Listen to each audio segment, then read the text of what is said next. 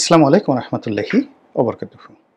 সম্মানিত দর্শক, দিল্লিতে বসে শেখ হাসিনা কি করছেন, তার রাজনৈতিক ভবিষ্যৎ কি, তার প্ল্যান কি, পরিকল্পনা কি রাজনীতি নিয়ে? শোনা যাচ্ছে দিল্লিতে তিনি অফিস করেছেন, তার বাসায় নিয়মিত বৈঠক হয়। আর দিল্লির যে ডাউন টাউন, যেখানে রাজনৈতিক দলগুলোর অফিস রয়েছে, এখন সেটা কি নিজামুদ্দিন, নাকি সফদরজং রোড, নাকি অন্য কোথাও, সেটা এখন স্পষ্ট আমরা জানি না। আর অন্যদিকে কলকাতাতে আওয়ামী লীগের যে অফিস, সে অফিস জুড়ে সবসময় একটা হৈ হৈ রই রই ভাব।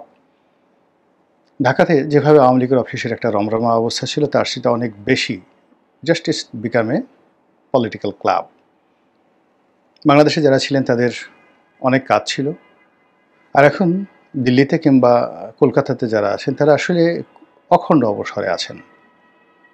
পেপারে আসছে অনেক মন্ত্রী যারা সাবেক চুলে কলপ মাখছেন, ফেসিয়াল করছেন, অনেকে নিয়মিত ব্যায়াম করছেন যারা কখনো ব্যায়াম করেনি, অনেকে শরীর ফুলাচ্ছেন, পেশি বানাচ্ছেন। এবং সাম্প্রতিক সময় যেটা দেখা গিয়েছে যে গত 4-5 মাস আগে যাদেরকে খুব বিমর্ষ মলিন দেখা যাচ্ছিল, তাদের ইদানিংকালের যে কথাবার্তা এবং ছবি, তা দেখে মনে হচ্ছে তারা বেশ উদ্দীপিত, শক্তি অর্জন করেছেন, সামর্থ্য অর্জন করেছেন এবং যে কোনো একটি টার্গেট পূর্ণ করার জন্য বিশ্বাস এবং আস্থা অর্জন করার চেষ্টা করছেন। কারণটা কি? গত 1 বছরের মধ্যে শেখ হাসিনাকে নিয়ে নানা রকম গুঞ্জন আমরা শুনেছি। তিনি যখন গেলেন, প্রথমত বলা হলো যে তিনি কলকাতাতে গেছেন, ত্রিপুরাতে গেছেন, আসামে আছেন, এরকম নানা কথা। পরে আবার বলা হলো যে না, তিনি এই সামরিক বিমানে করে দিল্লিতে আছেন, তাকে গৃহবন্দী করে রাখা হয়েছে, কেউ তার সঙ্গে দেখা করতে পারে না। ভারত সর্বদলীয়ভাবে সিদ্ধান্ত নিয়ে তাকে 24 ঘন্টার মধ্যে তৃতীয় কোনো দেশে পাঠানো হবে। প্রথমে বলা হলো ইংল্যান্ডে, তারপরে বলা হলো ইংল্যান্ড তাকে নেবে না। তাহলে তিনি কোথায় যাবেন? নিউজিল্যান্ডে যাবেন, যেখানে তার আত্মীয় আছে। মানে নিউজিল্যান্ডের যে এখন রাজ পরিবার রয়েছে, যারা ওখানকার আওয়ামী লীগের মতো বা বিএনপির মতো শক্তিশালী, তো সেই পরিবারের মেয়ে বিয়ে করেছেন। না, নিউজিল্যান্ড না, এটা হলো ফিনল্যান্ড। সেই পরিবারের মেয়ে বিয়ে করেছেন শেখ রেহানার সন্তান, তো ববি। কাজে ববির শ্বশুর দেশে তিনি যাবেন না। আবার কেউ বলেন যে না, তিনি তার পুরনো বন্ধু, বাংলাদেশের বন্ধু, আওয়ামী লীগের পারিবারিক বন্ধু, একেবারে শেখ মুজিবুর রহমান বঙ্গবন্ধু, তার জমানা থেকে এখনো পর্যন্ত যে দেশ এবং যে রাষ্ট্রটি কখনো আওয়ামী লীগকে ছেড়ে যায়নি এবং আওয়ামী লীগের সঙ্গে আনকন্ডিশনালি থেকেছে, বেইমানি করে না, মুনাফিকি করেনি, সেই দেশ হলো রাশিয়া। তিনি রাশিয়াতে যাবেন, ভালো কথা। আবার কেউ কেউ বললো যে না, রাশিয়াতে সরাসরি মিস্টার পুতিন তাকে না রেখে, বদনাম হতে পারে, না রেখে তারই তত্ত্বাবধানে তার যে অন্য যে রাষ্ট্রগুলো রয়েছে, রাজ্যগুলো রয়েছে, সেখানে তাকে রাখা হবে। কি যেন উজবেকিস্তান না কাজাকিস্তান, এরকম একটা দেশের নাম আমরা শুনলাম। কিন্তু আলটিমেটলি আসলে কোথাও শেখ হাসিনার যাওয়া হলো না। ভারত তাকে ট্রাভেল পাস দিল, মানে অনেকটা পাসপোর্টের মতো। ভারতের সেই পাসপোর্ট নিয়ে তিনি সারা দুনিয়া ভ্রমণ করতে পারেন, ভারতই সব কিছু ব্যবস্থা করে দিবে। দ্বিতীয়ত, ভারত তাকে ডিপ্লোম্যাট মর্যাদায়, কূটনৈতিক মর্যাদায় এবং যে কোনো একটা দেশের রাষ্ট্রপ্রধান বা সরকার প্রধানের মর্যাদায় তাকে রাষ্ট্রীয় প্রোটোকল দেওয়া শুরু করলো। এরকম খবর যখন এলো, তখন অনেকের মাথায় বাজ পড়লো যে এটা কী ধরনের কথা। বাংলাদেশের যারা দেশের বাইরে থাকে টোকাই ইউটিউবার আছে, তো এই সকল টোকাই ইউটিউবার যারা রাজনীতির র বোঝে না, লেখাপড়া ইন্টারমিডিয়েট পাস করেছে, তাও করেছে কিনা সন্দেহ, মানে মানুষকে গালাগাল করা ছাড়া যাদের আসলে রাজনীতির যে থিওলজি সেই সম্পর্কে ন্যূনতম যাদের জ্ঞান নেই, তো তারা অকথ্য ভাষায় গালাগাল শুরু করলো ভারতকে।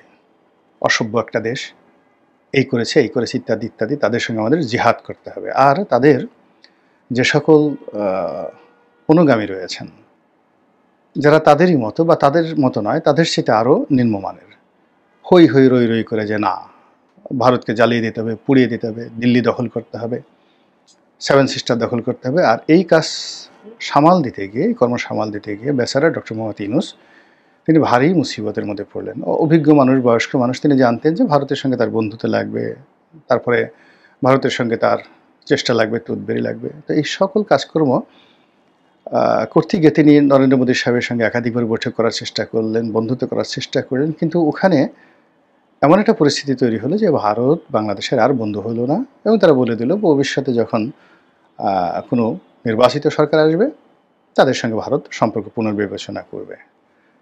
ভারতীয় ভিসা, ভারতীয় চিকিৎসা, ভারতীয় আমদানি রপ্তানি, ব্যবসা বাণিজ্য সব ক্ষেত্রে রীতিমতো যে ধস নামলো, এটা এখন পর্যন্ত চলমান।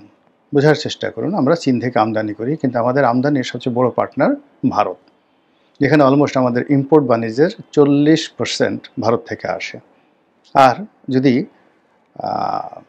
বেসরকারি বা চোরাচালানির আমরা হিসাব ধরি, আমাদের দেশে অলমোস্ট 70% আমদানি পণ্য ভারত থেকে আসে, 70%, যেটা চোরাচালানি। সেখানে গরু বলেন, মরিচ বলেন, চাল, ডাল, চিনি, আটা, ময়দা থেকে শুরু করে আরও অনেক কিছু, পুরো জিনিসগুলো এখন বন্ধ। ফলে এই দায় আমাদের মেটাতে হচ্ছে বৈধ পথে আমদানির মাধ্যমে, তৃতীয়, চতুর্থ, পঞ্চম দেশ থেকে আমদানির মাধ্যমে। বিশাল ব্যয়, দ্রব্যমূল্য বেড়ে গেছে, আর আমাদের দেশের যা হওয়ার তাই হয়ে গেছে।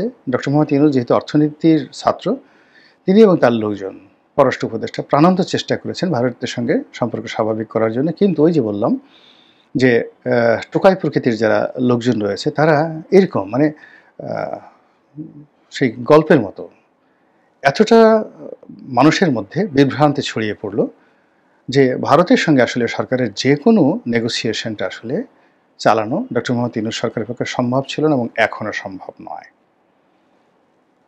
তারা এই টোকাইরা বলল পাকিস্তানে যাও, তারা বলল চীনে যাও, মানে পুরো অর্থনীতি, তারপরে রাজনীতি, সমাজ ব্যবস্থা, রাষ্ট্র ব্যবস্থা, রাষ্ট্রযন্ত্র সব কিছু যখন এলোমেলো হয়ে গেল, এখন এমন একটা অবস্থা এই সময়টিতে এসে, জুলাই আগস্ট বিপ্লবের 1 বছর পর, এখন আসলে কোনো কিছুই কারো নিয়ন্ত্রণে নেই। টোকাইরা আগে যেভাবে কথা বলতেন, তাদের কথা যেভাবে হই হই রই রই উঠত, এখন সেটা হচ্ছে না। টোকাইদের মধ্যে নানা গ্রুপ হয়ে গেছে। একটা গ্রুপ কচুখ্যাতি গ্রুপ, আর একটা গ্রুপ পোতবালক গ্রুপ, আর একটা গ্রুপ নানা রকম নিজেদের মানে তাদের যাকে বলা হয় নিজেরা নিজেদেরকে নিচে নামাতে নামাতে এমন একটা জায়গাতে নিয়ে আসছে যে রাষ্ট্রের যারা কর্তা ব্যক্তি, তারা এখন বুঝতে পেরেছেন যে এই সকল লোক রাষ্ট্র শক্তির শত্রু। ফলে রাষ্ট্র তাদেরকে ধরার জন্য ফাঁদ পেতেছে। যে কোনো মূল্যে তাদেরকে এবং তাদের যারা ঘনিষ্ঠজন রয়েছেন এই রাষ্ট্রের মধ্যে, যারা অশান্তি সৃষ্টি করেছেন গত 1 বছর, তাদের সকল তালিকা করে তাদেরকে ধরার জন্য রাষ্ট্রের যত যন্ত্র আছে সর্বোচ্চ সতর্কতা নিয়ে everybody they are trying, this the reality. এখন এই যে একটা বিরাট ক্ষত তৈরি হয়ে গেছে, আপনি তো রাতারাতি চাইলেই এই ক্ষতটা পূর্ণ করতে পারবেন না। ডক্টর মোহাম্মদ ইউনূস, তারেক রহমান সাহেব বলেন, ইভেন শেখ হাসিনা বলেন, ইভেন অতীতের সবচেয়ে বড় শাসক সম্রাট আকবরকেও যদি বাংলাদেশে বসিয়ে দেন, অন্তত 7-8 বছরের আগে এই দেশ ঠিক হবে না। শেখ হাসিনার জমানাতে যে ক্ষয়ক্ষতি হয়েছিল, যদি ডক্টর মোহাম্মদ ইউনূস ঠিক মতো চালাতে পারতেন, হয়তো 3 বছরের মধ্যে এটা কাটিয়ে ওঠা সম্ভব ছিল। কিন্তু গত এক বছরে যে সমস্যাগুলো তৈরি হয়েছে, তাতে করে অতীতে শেখ হাসিনার ক্ষতগুলো সারার জন্য 3 বছর, আর এখনই গত 1 বছরে যে ক্ষতগুলো তৈরি হয়েছে, অ্যাটলিস্ট আরও 5 বছর, 8 বছরের আগে এই দেশের কোনো কিছু স্বাভাবিক হবে না। এখন যে সমাজটা, এটা সার্ভাইভাল ফর দ্য ফিটেস্ট। যাদের শক্তি আছে, সামর্থ্য আছে, বুদ্ধি আছে, কৌশল আছে, তারা টিকে থাকতে পারবে, আর বাকি সব নিঃশেষ হয়ে যাবে। চলে যেতে হবে, মরে যেতে হবে, অপদস্থ হতে হবে, ক্ষুধার্ত হতে হবে, এরকম অবস্থা। এই যে বাস্তবতা, এই বাস্তবতাটা বর্তমানে যারা রাষ্ট্রযন্ত্রে আছেন তারা হাড়ে হাড়ে টের পাচ্ছেন। ফলে আপনি দেখুন সব জায়গাতে একটা খামোশি ভাব, কেউ কথা বলছে না, চুপ হয়ে আছে। ক্যান্টনমেন্ট কথা বলছে না, বঙ্গভবন, গণভবন কেউ কথা বলছে না। কিন্তু এই দুর্বলতাটাকে কাজে লাগিয়ে শেখ হাসিনা তার তৎপরতা বাড়িয়ে দিয়েছেন। কি বাড়িয়ে দিয়েছেন? আমরা যেটা জানতে পারছি, তিনি আগামীতে নির্বাচন হবে, সেই নির্বাচনে অংশগ্রহণ করবেন। Can you imagine? কি কথা তিনি বলছেন? কনফিডেন্স কোথায়? কোন সূত্রে? কেন? কিভাবে তিনি আসবেন, নির্বাচন করবেন? এই কথাগুলো তিনি বলছেন। 2 নম্বরে আবার যে তত্ত্বাবধায়ক ব্যবস্থা ধ্বংস করেছেন, সংবিধান নষ্ট করেছেন, তিনি আবার বলছেন যে আমরা তত্ত্বাবধায়ক সরকার ছাড়া নির্বাচন করব না। তাহলে তার যে আত্মবিশ্বাস, সেটা কোন জায়গা থেকে পৌঁছে গেছে? প্রথমত তিনি নির্বাচন করবেন, দ্বিতীয়ত তিনি আত্মবিশ্বাসী বলেছেন যে তারা ছাড়া নির্বাচন হবে না এবং তারা তত্ত্বাবধায়ক সরকার ছাড়া অন্য কোনো নির্বাচন মেনে নেবে না। গেল। তার যারা লোকজন আছেন তারা বলার চেষ্টা করছেন তিনি এখনও বৈধ প্রধানমন্ত্রী, রেস্টে আছেন, বেড়াতে গেছেন, এক্সাইলে আছেন, তিনি বাংলাদেশে ফিরবেন এবং তার সেই সাবেক যে অবস্থা, সংসদ চালু হবে, আবার সেদিন যাকে বলে সানায় নহবত বসতে থাকবে এবং তিনি শক্ত হাতে ক্ষমতা চালাতে থাকবেন। আর তার এই কথা শুনে তার আমলে যারা নির্বাসিত হয়েছে, নির্যাতিত হয়েছে, তাদের সে যে কী কম্পন, এটা বলার মতো নয়। যতবারই শেখ হাসিনার কণ্ঠ তারা শুনছে, ততবারই যাকে বলা হয় তাদের মধ্যে কম্পন তৈরি হয়েছে। ঘটনাটা এরকম যে ধরুন আপনি যদি কখনো সাপের কামড় খান এবং প্রাণে বেঁচে যান, সাপের ফোঁস-ফোঁস শব্দ শুনলে আপনি সেন্সারলেস হয়ে পড়বেন। আপনি যদি বাঘের যাকে বলে থাবা আপনার শরীরের উপর পড়ে, তারপর আপনি যদি কখনো বাঘের গন্ধ শুকেন, মুহূর্তের মধ্যে আপনি সেন্সলেস হয়ে পড়বেন। শেখ হাসিনা যাদের উপর জুলুম করেছেন, অত্যাচার করেছেন, এই জুলুম অত্যাচার বাঘের থাবা এর চাইতে মানে যাকে বলা হয় নির্মম, নিষ্ঠুর ছিল।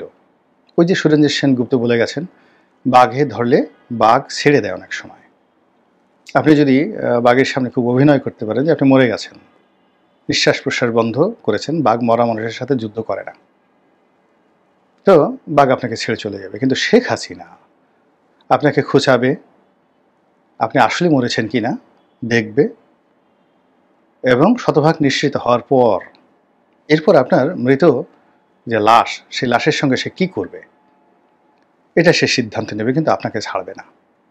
তার 15 বছরের শাসন এমনই মনে হয়েছে। আর এই 15 বছরের শাসনের আগে তিনি আরও 5 বছর শাসন করেছেন, যে সব মিলিয়ে 20 বছর তিনি এই রাষ্ট্র চালিয়েছেন। Can you imagine? 20 বছর।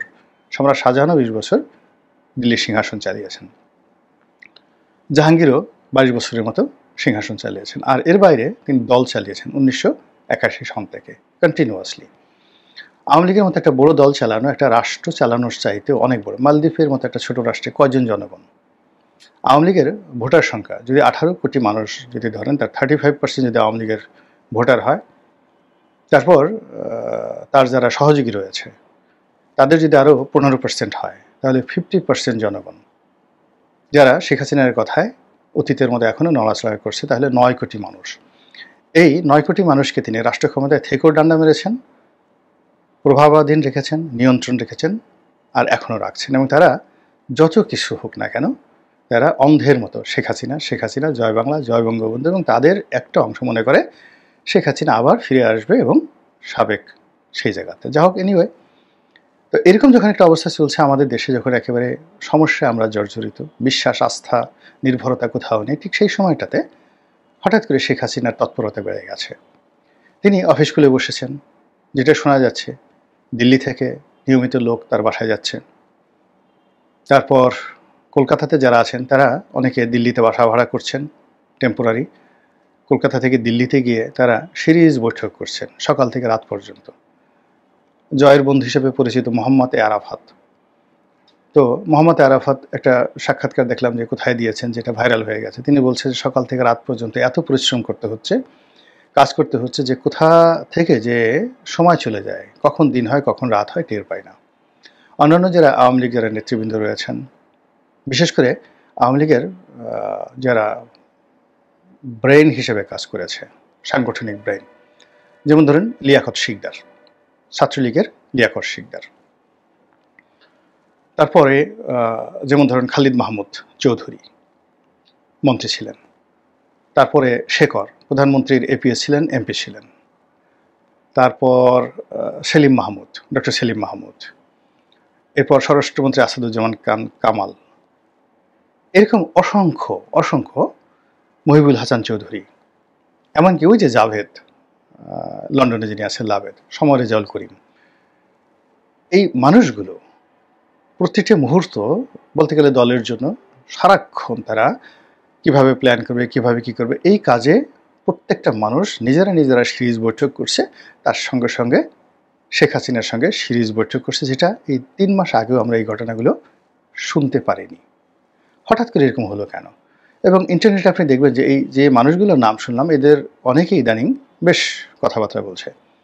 আপনি নিঝুম মজুমদারের কথা চিন্তা করেন, তারপরে অমির রহমান পিয়ালের কথা চিন্তা করেন, অমির রহমান পিয়াল, তারপরে আরিফ জেপটিকের কথা চিন্তা করেন, নবনীতা চৌধুরীর কথা চিন্তা করেন, শারমিন চৌধুরী, সুলতানা রহমান, এই নামগুলো তো আপনারা জানেন সবাই। আজ থেকে 6 মাস আগে দেখুন তাদের যে পেজগুলো চলতো, তাদের যে ভিডিওগুলো চলতো, তাদের যে কথাবার্তা ছিল, সেখানে হতাশার সুর ছিল, নানা রকম ব্যঙ্গ ছিল, বিদ্রুপ ছিল, কিন্তু সবাই কীভাবে যেন একটা ঝাঁকি দিয়ে উঠেছেন। সবার মধ্যে কী যে ধরনের যেন একটা উদ্দীপনা চলে এসেছে, সবাই প্রচণ্ড ব্যস্ত হয়ে পড়েছেন। আর তার সঙ্গে সঙ্গে শেখ হাসিনার এই তৎপরতা, কি হতে পারে? আল্লাহ ভবিষ্যৎ ভালো জানেন, যেটি আমাদের জন্য ভালো হয় তাই যেন হয়। আসসালামু আলাইকুম রহমতুল্লাহি ওয়া বারাকাতুহু।